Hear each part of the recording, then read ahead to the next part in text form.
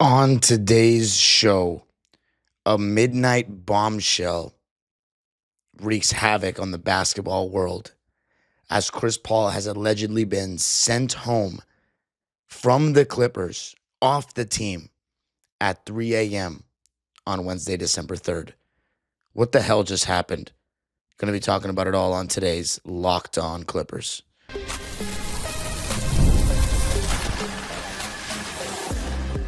You are Locked On Clippers, your daily Los Angeles Clippers podcast, part of the Locked On Podcast Network, your team every day.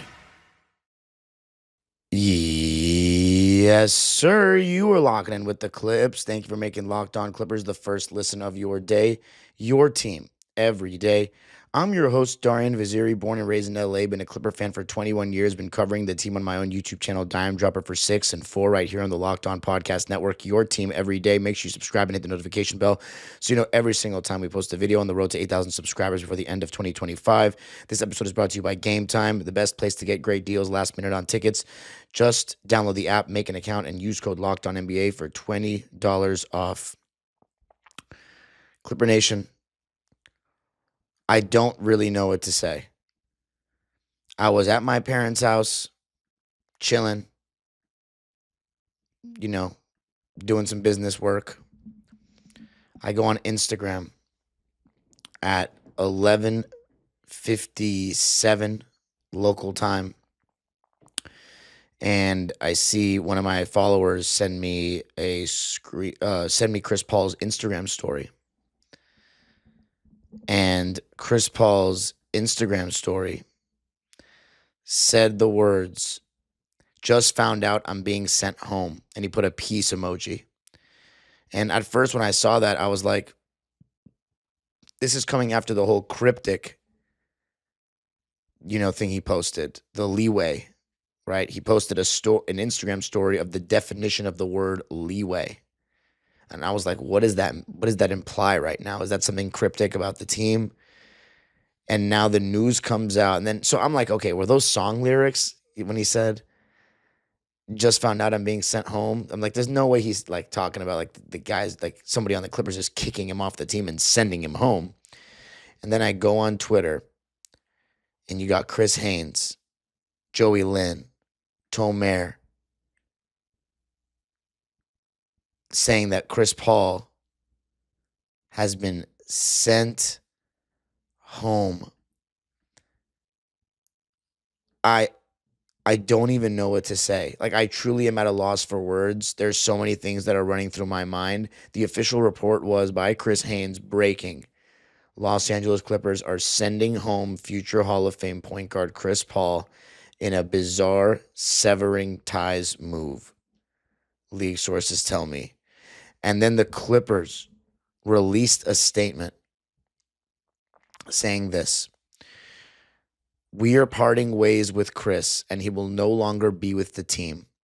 We will work with him on the next step of his career. Chris is a legendary Clipper who has had a historic career. I want to make one thing very clear. No one is blaming Chris for our underperformance. I accept responsibility for the record we have right now. There are a lot of reasons why we've struggled. We're grateful for the impact Chris has made on the franchise." End quote. First off, who the hell is I? Ramona Shelburne and Justin Russo both tweeted out that I is none other than Lawrence Frank.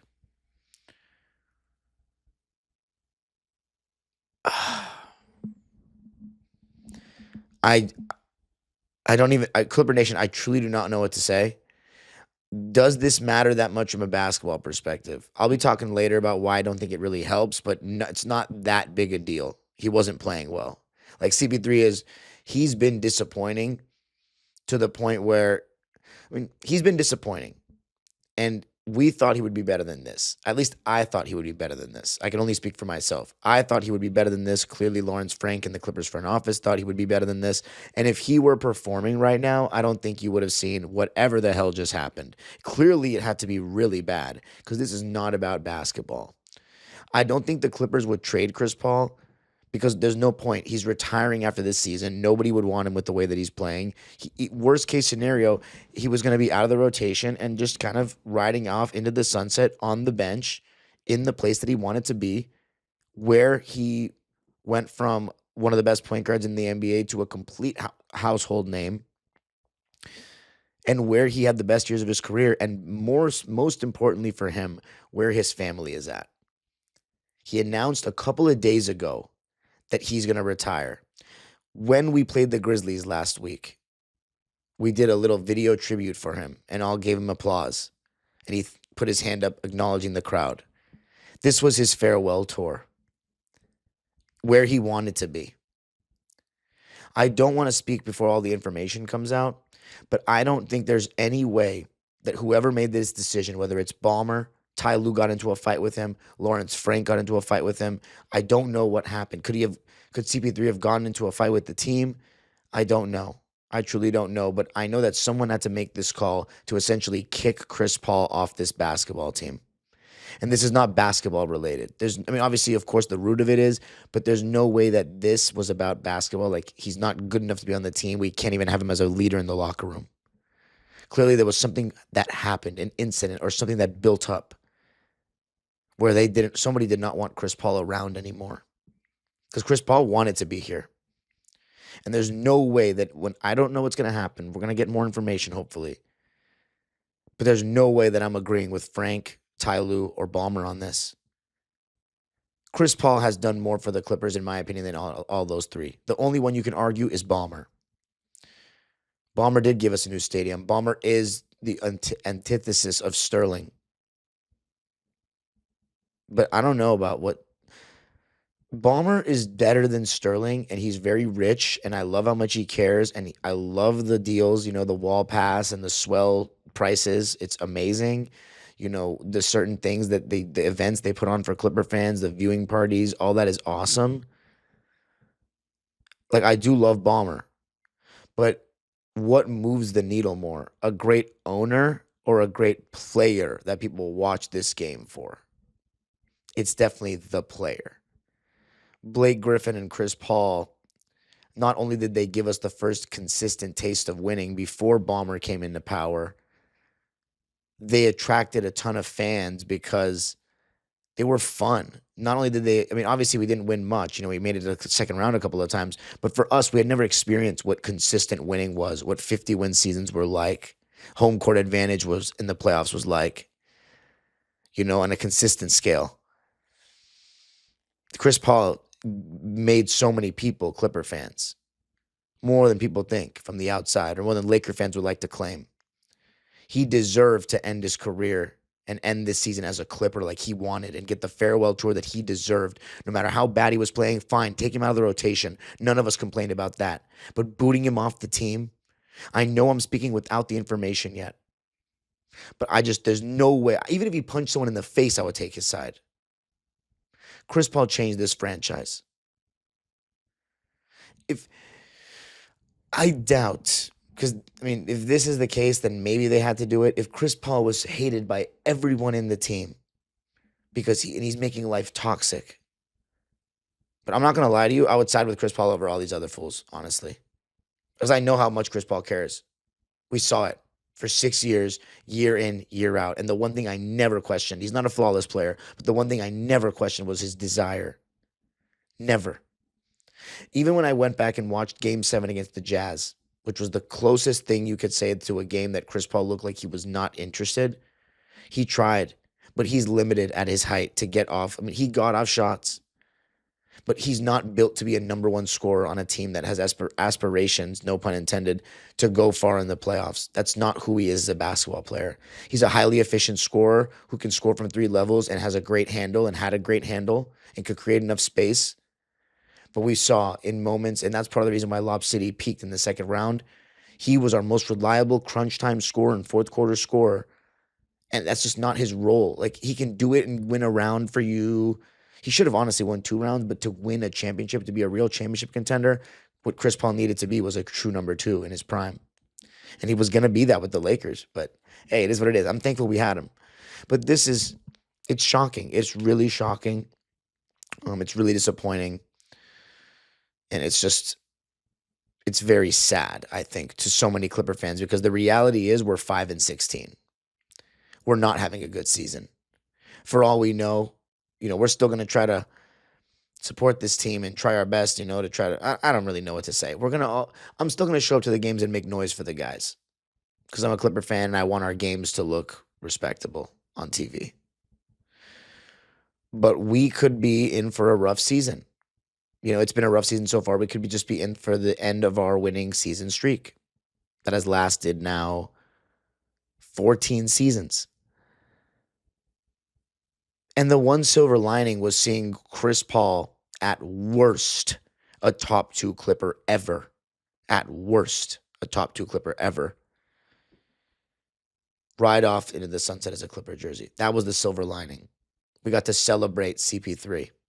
Even if he was playing like ass, just seeing him on the bench in a Clipper jersey meant something to a lot of fans. In my opinion, we might turn things around and make the play-in if we're lucky. And then we're losing in the first round if we're lucky to make the playoffs. Cool. It would be nice to, I like being at playoff games, but for the long haul, it doesn't help the Clippers franchise. And all I care about is us winning a championship before I die one day. And I don't think that I think this has run its course. This as in the Kawhi Leonard, era. And this is just a gut punch in my opinion, because a lot of fans are, have given up hope on this season. I haven't truly given up hope on this season when it comes to, as I said, the things I just said, but when it comes to, being an actual contender and being in the mix like we thought before the season, I look like a clown. We're way off that. We're not going to be that. We're just too old, and Chris Paul was part of that. But it's a disgrace to treat a franchise legend like this, someone who did so much to your franchise, and boot him off the team to the point where he's so pissed he's posting on Instagram. It's terrible. And coming up, we're going to hypothesize a little bit of what could have happened. I got to tell you a little something about Game Time. The World Cup is coming back to North America for the first time since 1994. And with 48 teams for the first time ever, it's going to be the biggest World Cup of all time. But let's be honest, getting tickets to the World Cup is crazy. I actually went to the World Cup in Qatar. Those vlogs are on my Dime Dropper channel. You should check them out. It was the experience of a lifetime, being in the Middle East and being at World Cup games that everybody in the world's watching. It was special. And the fact that the World Cup is coming to the States, going to be at SoFi for the USA's first game, I mean, it's insane. And Game Time is going to be really huge for that. It's finally giving fans a real advantage when it comes to snagging seats. With Game Time, you can track price drops in real time. And you see, with Game Time, it makes going to the World Cup realistic instead of impossible. You'll get alerts when great seats open, and you can buy tickets the moment they hit the app. All you got to do is pull up the app, and the layout makes it so simple to scroll through matchups and compare seat views. Take the guesswork out of buying World Cup tickets and every match, concert, or event with Game Time. Download the Game Time app, create an account, and use code LOCKEDONNBA for $20 off your first purchase. Terms apply. Again, download the app, make an account, and use code LOCKEDONNBA for $20 off. Swipe, tap, ticket, go. Game Time.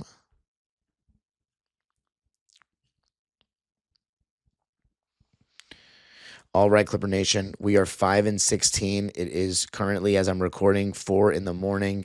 on December 3rd, as the news dropped around midnight Pacific time, 3 Eastern, where the Clippers are in Atlanta, that Chris Paul has been kicked off of the team, sent home, and will, according to a statement put out by the Clippers, and Lawrence Frank apparently was the one that was speaking in the statement, Chris is done. He's gone. His farewell tour will not continue as a Clipper.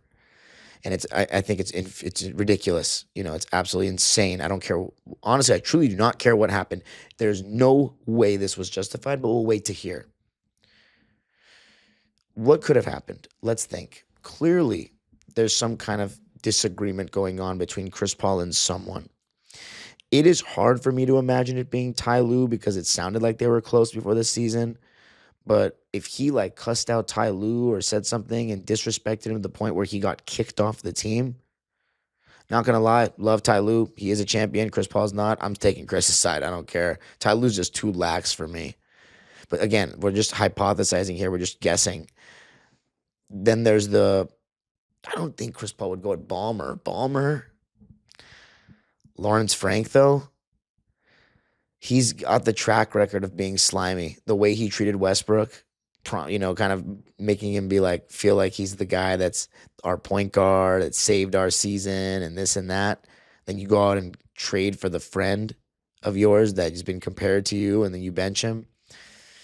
Sus. And the Blake Griffin, going back to Blake, the way we re-signed him to a fat contract honestly, it's not even that we re-signed him to a fat contract and then traded him. It's the alleged presentation that we made, like putting his number in the rafters and saying we wanted you to be a Clipper for life, and just trading him just very shortly after was pretty inhumane, in my opinion. We talk about these athletes being loyal, and I'm the first to blame some players for not being loyal, but that's when it's disgusting, because Blake Griffin would have been here forever. And it's low, and we found a way to get other stars. I think the Paul George thing, you could argue was an example of it not working out between Lawrence Frank and the player, but I still feel like there's mutual respect there. It's just we didn't think that he was worth the contract that he thought he was worth, and the amount of years given his production, and I side with us on that one. But this is a new low, in my opinion. And we'll see how much Lawrence Frank is tied to it. But there's a trail of slime that's starting to follow Lawrence Frank and even Ballmer to some degree with this whole aspiration thing. We need to really think about because the whole thing is this. I mean, and also just to keep going with what things Chris Paul could have done to get kicked off the team. I think this might have started a couple of days ago. This might have been some kind of buildup, because the whole leeway thing, I don't know, that was just kind of strange. But remember, this is a very professional guy in terms of like social media and stuff. He was the president of the Players Association. For him to come on Instagram and talk like this, something has really happened here. If it's something with the players, I'd be very curious, but I'm usually going to take Chris Paul's side, because I think all these other guys are just lazy. And Chris Paul might not be good enough anymore, but he's just old. We saw in his prime what he was about in terms of effort level and seriousness level. But yeah, that's honestly all the guesses I have. That truly is. But this is what I have to say. Steve Ballmer needs to be very careful about how he wants to turn this organization around to the level that he wants to turn it around. And what I mean by that is that clearly we were like scum with Donald Sterling, because he was scum. We failed, and we're the worst franchise in American sports because we had an owner that did not care about winning, that wouldn't pay players, was racist, and a weirdo, right? Steve Ballmer is the opposite. Everybody says great things about him. They say he's a super nice guy. He's rich as hell. Like, it makes Donald Sterling look normal, like salary-wise, or income-wise, I should say. Salary. But he's at every game, sitting behind the basket, going crazy. He's involved with the fans. He's thinking about the fans. He made an arena. But at the end of the day, it seems as though he's very concerned about the Lakers. And, with the billboards that he put up, and, always wanting to have a star, and the desperation to sign, in hindsight, to sign Kawhi Leonard, because they were so afraid, and the demands that his team was coming with, if the aspiration scandal is true. But even if the aspiration scandal is not true, he asked for a second star, and we were willing to, do all that, give up all those picks to get him, instead of potentially calling his bluff because we were scared of the Lakers. It just feels as though Ballmer, and I have no proof on this particularly, it's kind of just my observations, but I feel like Ballmer is very concerned with being better than them and having the big name and competing with them in views. And, I know Ballmer has said in the past, we're not here to, be better than them. We're just here to make something of our own. I agree, but I think the way he's going about that, I'm not willing to ever be bad again. We're never going to be horrible. We're never going to blow it up. We'll just retool. Well, listen, the retooling we didn't think the 2018-19 Clippers were going to be that good, but they were because they played hard. At some point, you need to accept that maybe we're not going to be a playoff team this year. And I don't think he's accepted that. And this might be a humbling experience for him this season. Because at the end of the day, Ballmer is a fan of basketball. He is using this because he's a fan of the game. And it's besides the business aspect of it, I think he enjoys this. To him, it's like not the end all be all. I'm not saying he doesn't care. He cares as much as anyone. But I think he's learning as well. And I'm not saying I have all the answers, of course. I don't have a position. I just get paid to analyze it. It's very easy to sit in my chair and do what I do. Very easy. But I'm just saying this. Ballmer, I'm riding with him to the end, but he needs to seriously reevaluate how he's going about this and how his franchise is being perceived. It's not like you got to honestly, I'm just going to I'm going to expand coming up because this just for me is a horrible look on and off the court, but those are my guesses that there's something happened. There was an argument of some sort or something that had built up. I'm just curious to see who the disagreement was with. If it's Lawrence Frank, I mean, that's the last straw.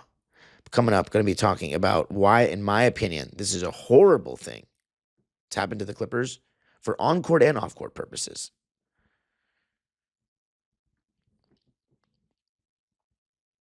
What if sports were traded like markets?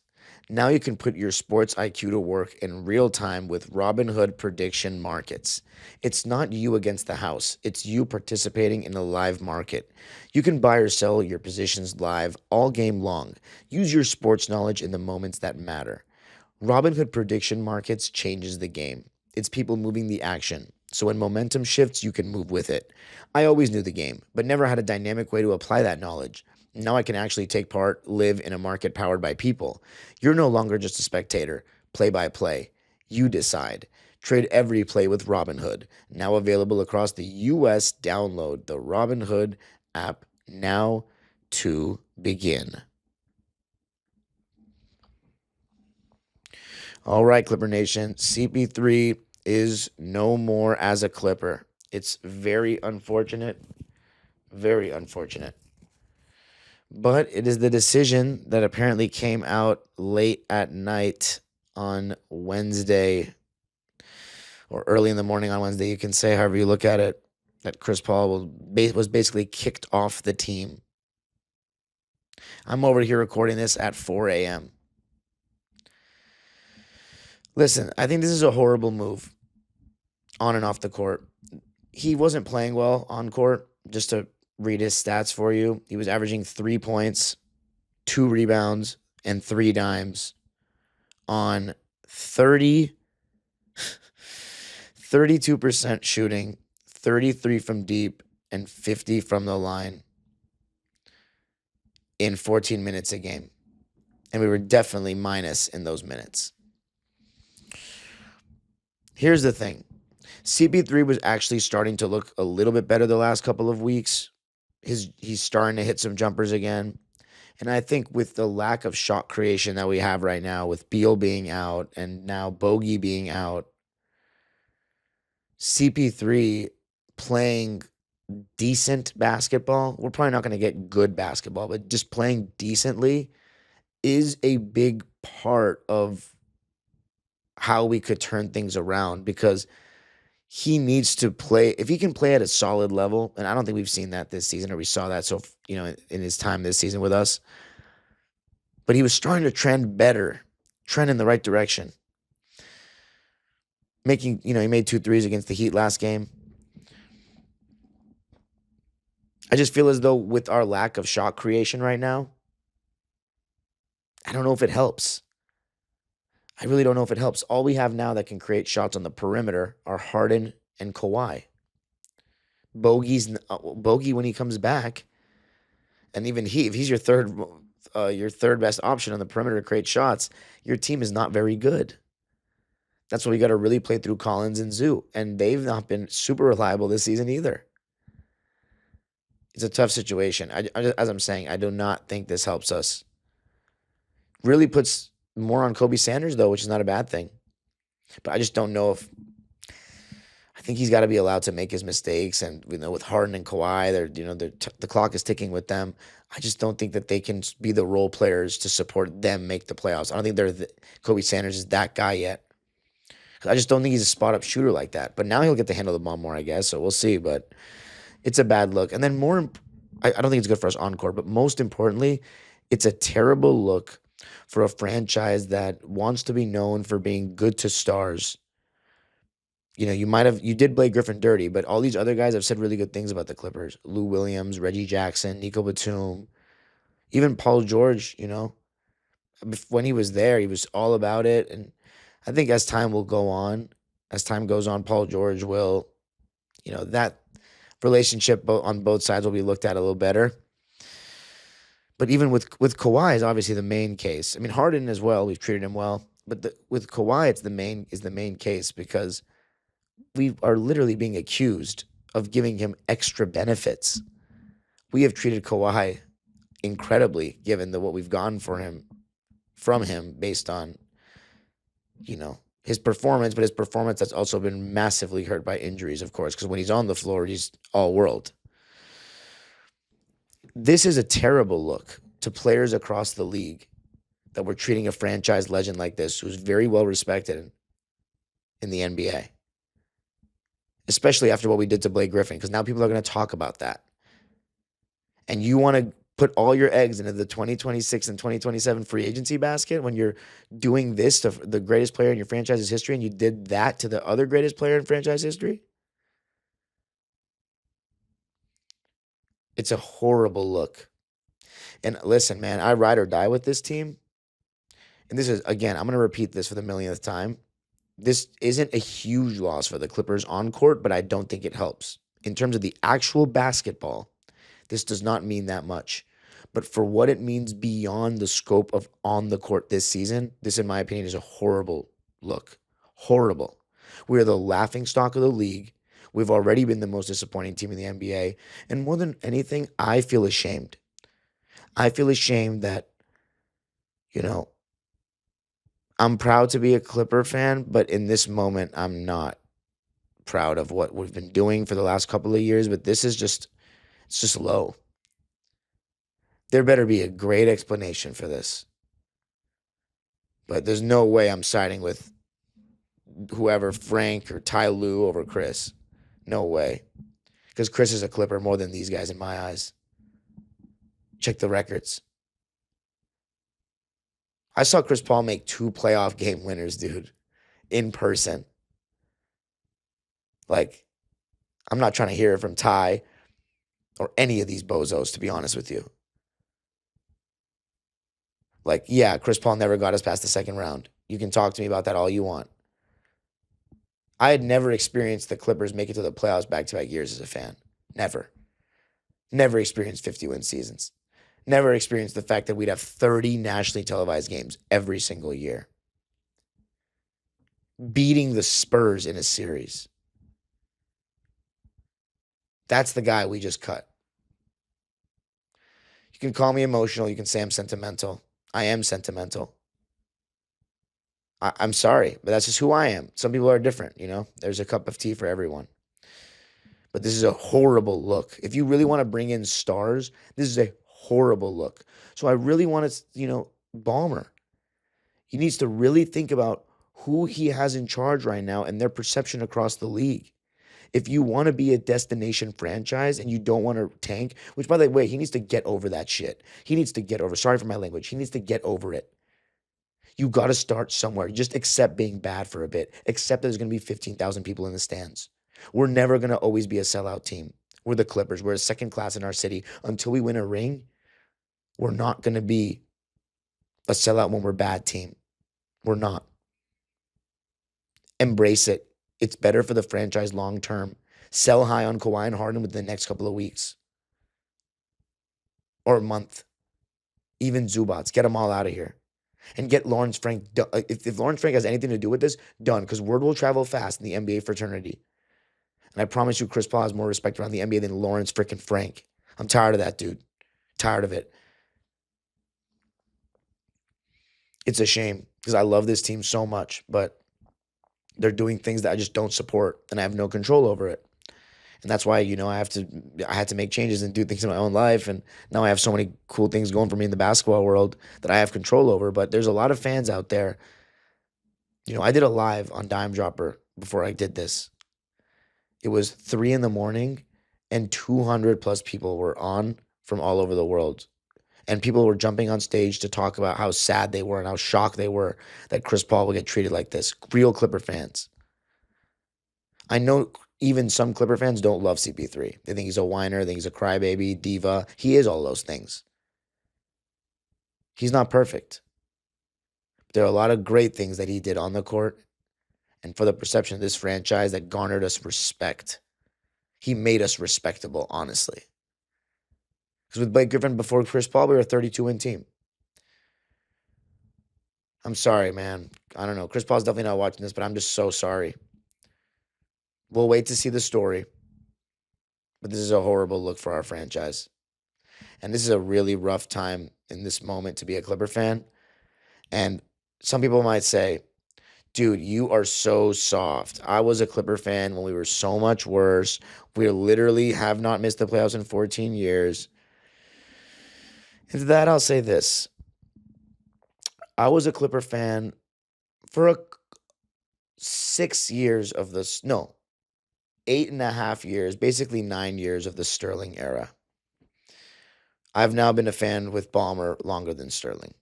So I'm admittedly spoiled at this point as a Clipper fan. But I did experience 3 straight seasons of 23 wins or less where the stadium was completely empty. I was afraid to tell people at school that I was a Clipper fan because we were so ass and no one gave a shit. We have come a long way since then. And with that coming a long way and with ownership that wants to win, we need to have higher expectations. The Clippers of the past would not have had Kawhi and James Harden on their franchise. Are we just happy that they're Clippers, or do we actually want them to produce? I'm not saying James Harden's not, but in the tenure with the Clippers, Kawhi Leonard has not produced because of injury. It's very difficult. It's very difficult to be a Clipper fan right now because we had expectations. We've had expectations the last decade or so. And when we don't have expectations, it doesn't hurt as bad. And this is just a slap in the face of the fans. So that's what I'm saying, to those people that might say it was way worse back in the day, you're just looking at the records. You're just looking at the records. We didn't have any hope back then. I think now we've been given hope because of Ballmer. I think it hurts more when you do have some hope.